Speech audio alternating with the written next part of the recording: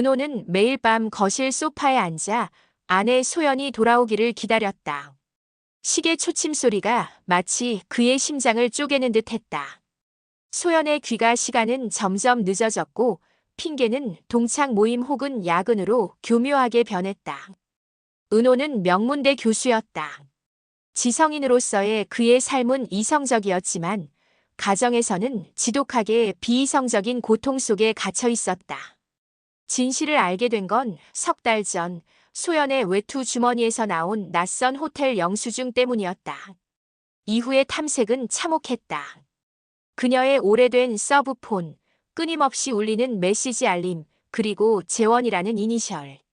재원은 소연이 다니는 미술학원의 투자자이자 젊고 매력적인 사업가였다. 은호는 증거를 확보했지만 소연을 다그칠 수 없었다. 그의 삶의 중심에는 이제 막 초등학교에 입학한 딸 예린과 5살 아들 준서가 있었다.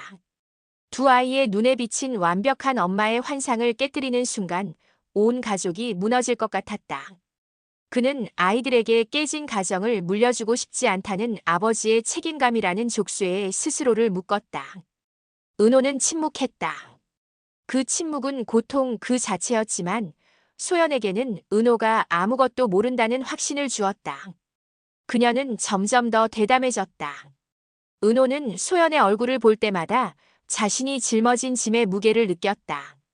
그가 이 비극을 알면서도 침묵하는 유일한 이유는 자신이 언젠가 이 위기를 극복하고 가족을 되돌려 놓을 수 있으리라는 처절한 희망 때문이었다.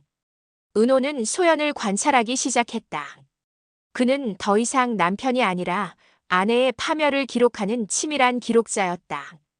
그의 관찰은 소연과 재원이 만나는 패턴, 두 사람이 주고받는 메시지의 뉘앙스, 그리고 소연이 재원에게서 받은 명품 액세서리의 종류까지 포함했다. 그는 모든 것을 디지털 기록과 법적으로 유효한 증거로 남겼다. 그의 서재의 깊숙한 금고에는 이미 방대한 양의 소연의 배신 기록이 쌓이고 있었다. 한편 소연은 은호의 침묵을 확신으로 받아들였다. 은호는 항상 웃었고 아이들에게 헌신적이었으며 이전보다 더 다정하게 소연을 대했다. 소연은 그를 순진하고 무던한 남편이라 평가절하했다. 그녀는 은호가 자신의 일에 무심하고 오직 학문 연구에만 몰두한다고 생각했다. 이 오해는 소연에게 죄책감 없는 자유를 선사했다. 아이들은 은호의 가장 큰 방패막이자 가장 아픈 상처였다. 예리는 아빠에게 달려와 엄마가 오늘 예쁘다고 칭찬해줬어. 라며 자랑했고 준서는 잠들기 전 엄마 아빠랑 같이 자는 게 제일 좋아라고 속삭였다. 그때마다 은호는 피를 토하는 심정이었다. 그는 아내의 배신보다 이 아이들의 순수한 행복이 무너질까 두려워 감정을 억눌렀다. 결국 소연은 선을 넘었다. 그녀는 남편의 카드로 재원에게 선물을 사주었고 은호의 명의로 된 비상금 통장에서 돈을 빼내 재원의 사업에 투자라는 명목으로 빌려주었다. 그녀는 자신이 곧 이혼하고 재원과 합칠 생각이었기에 공동재산은 이미 자신의 것이나 다름없다고 생각했다. 소연의 탐욕은 그녀의 죄의식을 완전히 마비시켰다. 아이들을 재우고 난 깊은 밤. 은호는 더 이상 이 고통을 견딜 수 없었다. 그는 침묵을 깨고 소연에게 마지막 기회를 주기로 결정했다. 그는 거실 테이블 위에 2잔의 커피를 놓고 소연을 기다렸다. 소연이 문을 열고 들어섰을 때 은호의 얼굴은 창백했지만 눈빛은 타오르고 있었다. 소연아, 이야기 좀 하자. 소연은 당황했지만 이내 차분하게 말했다. 무슨 일이야, 여보. 늦었는데 내일 얘기하면 안 돼?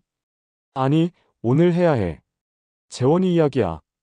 은호의 목소리는 너무나 낮아서 소연은 등골이 오싹했다.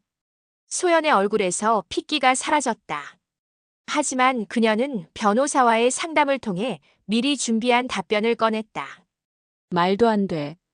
무슨 소리 하는 거야? 나한테 뭘 바라는 거야? 지금 의심하는 거야? 은호는 테이블 위에 수개월간 모은 증거물들을 펼쳤다. 호텔 영수증, 은밀한 문자 메시지 캡처본, 심지어 소연이 재원에게 준 선물 사진까지. 모든 것이 법적 증거로 완벽하게 정리되어 있었다. 소연은 이제 더 이상 부정할 수 없었다. 그녀는 잠시 무너지는 듯 했지만 이내 냉정함을 되찾았다. 그녀의 얼굴에는 잡혔으니 어쩔 수 없다는 차가운 체념만이 감돌았다. 은호는 무릎을 꿇었다. 그의 자존심, 명예, 교수의 위신은 모두 무너졌다. 그는 절규하듯 소연에게 매달렸다. 소연아, 제발. 아이들을 생각해. 우리 예린이, 준서. 엄마 없이는 안 돼. 내가 다 덮을게. 내가 다 용서할게. 그 남자랑 끝내고 다시 예전처럼 살자. 제발 부탁이야. 은호의 처절한 애원은 소연의 마음을 돌리지 못했다. 오히려 소연은 은호의 나약함에 대한 경멸을 드러냈다. 당신 정말 실망이야, 은호 씨. 소연은 차가운 목소리로 말했다. 당신은 항상 아이들 뒤에 숨어. 당신이 원하는 건 예전처럼 돌아가는 게 아니라 아무 일도 없었던 척하는 거야. 난 질렸어. 당신의 그 숨막히는 이성적인 척, 그리고 나의 행복은 무시하는 당신의 방식에. 그녀는 테이블 위의 증거들을 아무렇지도 않게 훑어보며 말했다. 어차피 이혼할 거야. 당신이 모든 증거를 가지고 있다 해도 상관없어. 난 이미 다 포기했어. 재원 씨는 당신처럼 나를 가두지 않아. 그는 내 꿈을 지지해줘. 당신과 나는 이미 끝났어. 소연은 은호의 애원하는 손길을 뿌리치고 방으로 들어갔다. 그리고 다음 날 아침 소연은 아이들에게 엄마 잠깐 여행 다녀올게라는 쪽지 한 장만 남긴 채 재원과 함께 집을 나섰다. 그녀는 공동재산 분할과 양육권 소송을 준비하겠다는 메시지를 변호사를 통해 은호에게 보냈다. 은호는 아이들 앞에서 억지로 미소 지으며 아침을 준비했다. 그러나 그의 심장은 산산조각 났고 무릎을 꿇고 매달렸던 굴욕감이 그의 영혼을 불태웠다. 그 순간 그의 눈빛이 변했다. 더 이상 사랑도 미련도 애원도 없었다. 냉정한 복수심만이 남았다. 은호는 자리에서 일어나 서재로 향했다. 그는 자신이 지난 수년간 조용히 쌓아온 금융 및 법률 지식을 떠올렸다. 소연이 착각한 것과 달리 은호는 멍청한 교수가 아니었다. 그는 국내 최고 금융 전문가들을 가르치는 교수였으며 복잡한 재산 구조 분석과 법적 함정 구축에 능통했다. 게임은 이제 시작이었다. 소연은 자유를 얻었다고 생각했지만 은호는 그녀가 가장 원하는 것들을 파괴할 완벽한 시나리오를 짜기 시작했다. 소연이 집을 떠난 지 한 달. 은호는 아이들에게 엄마의 부재를 설명하기 위해 억지로 강해졌다. 그러나 밤이 되면 그는 철저히 다른 사람이 되었다. 복수자였다. 그의 목표는 단지 이혼 소송에서 승리하는 것이 아니라 소연과 재원이 가장 탐내는 것을 앗아가는 동시에 그들의 사회적 기반까지 무너뜨리는 것이었다. 은호는 교수의 지위를 이용해 과거 제자였던 최고의 금융 변호사와 사설 탐정을 은밀하게 고용했다. 소연은 자신이 공동재산 분할에서 유리할 것이라 착각했지만 은호는 이미 수년 전부터 자신의 명의와 소연의 명의 자금을 합법적인 덫 속에 넣어두었다. 소연의 약점은 탐욕, 재원의 약점은 사업 자금이었다. 재원은 소연에게서 받은 돈을 포함해 투자금을 모아 대규모 미술품 갤러리를 오픈하려 했다. 이 갤러리가 성공하면 소연은 재원과 함께 호화로운 삶을 누릴 계획이었다. 은호는 바로 이 갤러리 프로젝트를 목표로 삼았다. 은호는 소연에게 협상할 의사가 있음을 내비쳤다. 그는 변호사를 통해 양육권은 포기할 테니 재산 분할에서 아파트와 투자금의 70%를 내게 달라는 터무니없는 제안을 했다. 소연은 즉시 이 제안을 거절했다. 소연은 양육권 소송에서 승리할 경우 재산 분할에서 우위를 점할 수 있다고 판단했다. 은호는 소연의 이 판단이 결정적인 오판이 되리라는 것을 알고 있었다. 은호의 복수는 재원에게 먼저 집중되었다. 재원은 소연에게 받은 투자금으로 갤러리를 준비하며 사업 확장을 위해 급하게 추가 투자자를 찾고 있었다. 은호는 익명의 고액 자산가를 내세워 재원에게 접근했다. 은호의 제자가 이 자산가 역을 맡았다. 그들은 재원의 갤러리 프로젝트에 거액을 투자하겠다고 제안했고 재원은 미끼를 덥석 물었다. 단 투자 조건은 갤러리 건물의 소유권을 담보로 잡고 수익 분배 구조를 복잡하게 엮는 것이었다. 재원은 눈앞의 거액에 눈이 멀어 소연과 상의 없이 계약서에 서명했다. 계약서는 은호가 직접 설계한 법적 함정으로 가득 찬 문서였다.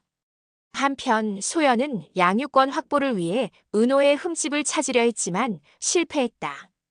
은호는 아이들에게 완벽한 아버지였다. 오히려 소연이 자발적으로 집을 나간 사실, 그리고 아이들을 돌보지 않은 증거들만 쌓여갔다. 소연은 재원과의 행복한 미래에 심취해 있었기에 은호의 소송 준비가 허술할 것이라 믿었다. 그녀는 재원에게 말했다. 은호 씨는 착해서 우리에게 모질게 굴지 못할 거야. 게다가 내가 그동안 당신 사업에 투자한 돈 때문에 나도 빚진 게 많아. 이혼하면 당신이 그걸 갚아줘야 하니까 당신 성공이 곧 내 미래야. 소연은 자신이 공동재산의 가치 하락을 유도함으로써 오히려 재원에게 더 의존하게 만드는 탐욕의 심리전에 빠져들고 있었다. 은호는 이 모든 것을 계산하고 있었다. 소연은 돈을 사랑했고 그 돈을 재원이라는 도구를 통해 불리려 했다. 드디어 이혼 및 재산 분할 소송의 마지막 변론 기일. 소연은 변호사와 함께 당당하게 법정에 섰다. 그녀는 은호가 애원하던 나약한 모습을 기억했기에 자신의 승리를 확신했다. 재판장은 먼저 양육권 문제를 다루었다. 은호 측 변호사가 준비한 증거는 압도적이었다. 소연이 아이들을 방치한 기록, 재원과의 외도로 인해 아이들에게 상처를 준 증언 등. 결론은 양육권이 아버지 은호에게 귀속되는 것으로 결정되었다. 소연은 충격에 입을 다물지 못했다. 그녀는 아이들을 방패막으로 삼으려 했지만 그 방패막마저 은호에게 넘어갔다. 곧이어 재산 분할 문제가 시작되었다. 소연 측은 아파트 및 투자금의 50%를 요구했다. 은호 측 변호사가 제출한 증거는 소연을 완전히 무너뜨렸다. 1.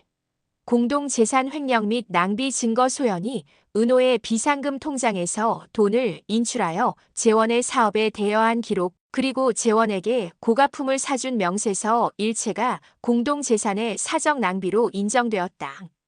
2. 은호의 반격. 은호는 수년 전부터 소연 명의로 된 일부 재산을 자녀 상속을 위한 신탁에 넣어두었으며 이 신탁은 이혼 시에도 재산 분할 대상에서 제외됨을 입증했다. 소연 명의 재산의 상당 부분이 이미 아이들의 몫으로 법적 분리되어 있었던 것이다. 3. 결정적 한방. 재원의 파산 바로 그때 법원 밖에서 재원에게 긴급 연락이 왔다. 재원이 은호의 가짜 투자자와 맺은 계약서에 함정 조항이 발동된 것이다. 재원이 약속한 자금 조달에 실패하자 가짜 투자자는 계약서에 명시된 대로 갤러리 건물의 소유권을 강제로 인수했다. 갤러리는 오픈 직전에 파산했고 재원은 막대한 빚더미에 앉게 되었다. 소연은 그 자리에서 무너졌다. 자신이 탐욕 때문에 횡령한 돈은 은호의 재산 분할 소송에서 불리하게 작용했고 자신이 의지했던 재원은 이제 파산하여 아무것도 줄 수 없는 존재가 되었다. 소연이 얻은 것은 재산의 10% 미만의 위자료와 아이들의 양육권 상실이었다. 법정을 나서는 소연에게 은호는 마지막 말을 건넸다. 소연아, 내가 무릎 꿇고 애원할 때 당신은 나를 약하다고 생각했지. 하지만 나는 당신의 탐욕이 당신의 가장 큰 약점이라는 것을 알고 있었어. 당신은 아이들보다 재원과 돈을 택했고 당신이 택한 그 두 가지 모두 내가 가져갔어. 소연은 재원에게 달려갔지만 재원은 빚쟁이들에게 쫓기는 신세가 되어 그녀를 외면했다. 당신이 준 돈 때문에 내가 이 지경이 됐어. 당신 남편이 복수한 거야. 이 악마 같은 여자야. 소연은 완전히 혼자가 되었다. 그녀는 돈도 사랑도 아이들도 모두 잃었다. 그녀가 얻은 유일한 것은 배신에 대한 냉혹한 대가였다. 몇 주 후 은호는 아이들과 함께 새 집으로 이사했다. 이혼 소송에서 깔끔하게 승리한 덕분에 그는 모든 재산과 아이들을 지킬 수 있었다. 이사하는 날 은호는 서재의 금고를 열어 소연과의 결혼 반지를 꺼냈다. 그리고 그 옆에 있던 소연이 재원에게서 받았던 명품 시계를 집어들었다. 그는 시계를 창밖으로 힘껏 던졌다. 이제야 진짜 이혼이군. 은호는 나지막이 읊조렸다. 은호는 아이들의 손을 잡고 새 집으로 들어섰다. 억지로 지었던 미소 대신 이제 그의 얼굴에는 자유와 평화가 감돌았다.